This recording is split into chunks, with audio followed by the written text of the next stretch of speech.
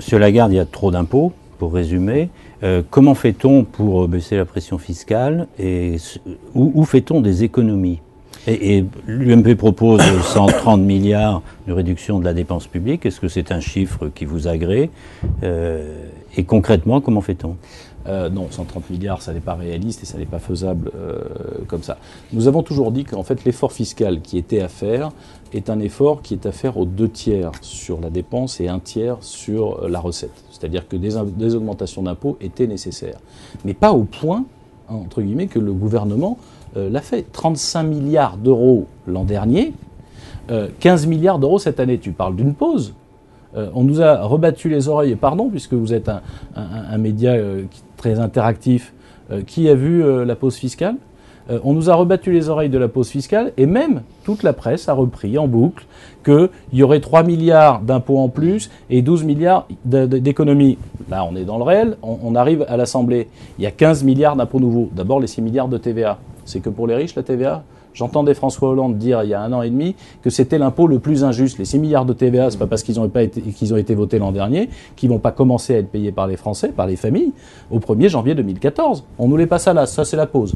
Les 3 milliards qu'on applique sur les prélèvements obligatoires tout tendances confondues. Les familles qui sont mises en coupe réglée, où on vous... Alors, il y a un truc extraordinaire d'ailleurs. Sur le quotient familial, tu as une famille, 1 million de familles vont payer plus d'impôts, ça rapporte de mémoire 1,5 milliard. Sur les exonérations dont on bénéficiait préalablement. Puis alors on nous dit, bonne nouvelle, les députés socialistes ont sauvé la mise. On allait taxer les collégiens, il faut quand même que les gens sachent ça, on allait taxer les collégiens, les lycéens et les étudiants en université.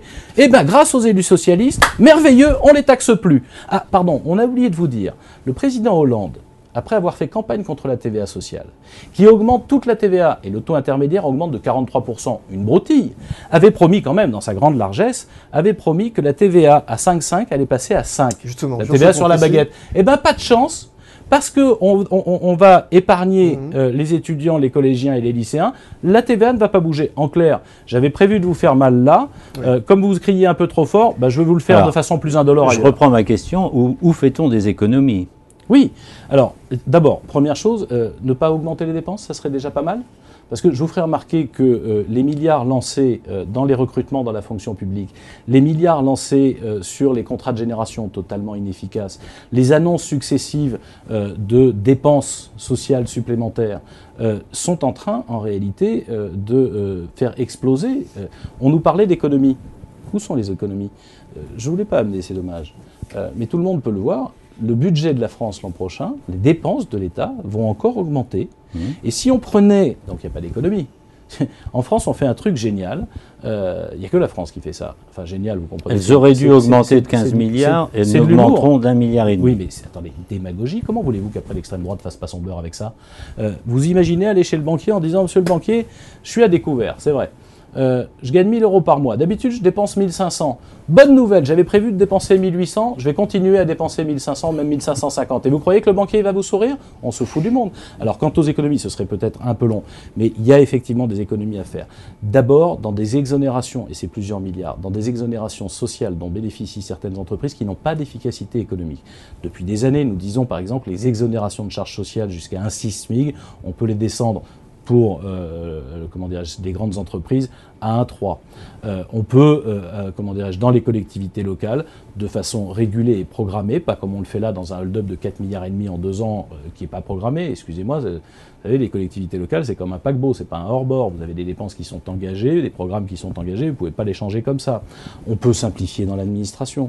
Notre pays a cette maladie de produire une administration de papier qui d'ailleurs n'est même pas exploitée. Et on doit réformer les structures d'administration de l'État, disons les choses comme elles sont. Donc, mais ce n'est pas un effort, on claque des doigts.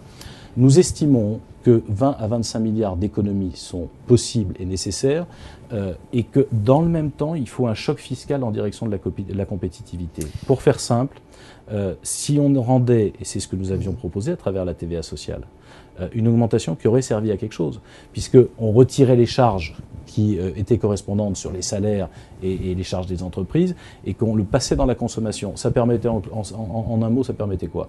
Ça permettait de faire payer notre protection sociale par des produits qui sont fabriqués en Chine. cantine. C'était quand même plus intéressant que de faire payer la TVA 43% de hausse sur le taux intermédiaire aux restaurateurs, aux artisans, qui ne sont pas délocalisables et qui sont payés forcément par les consommateurs.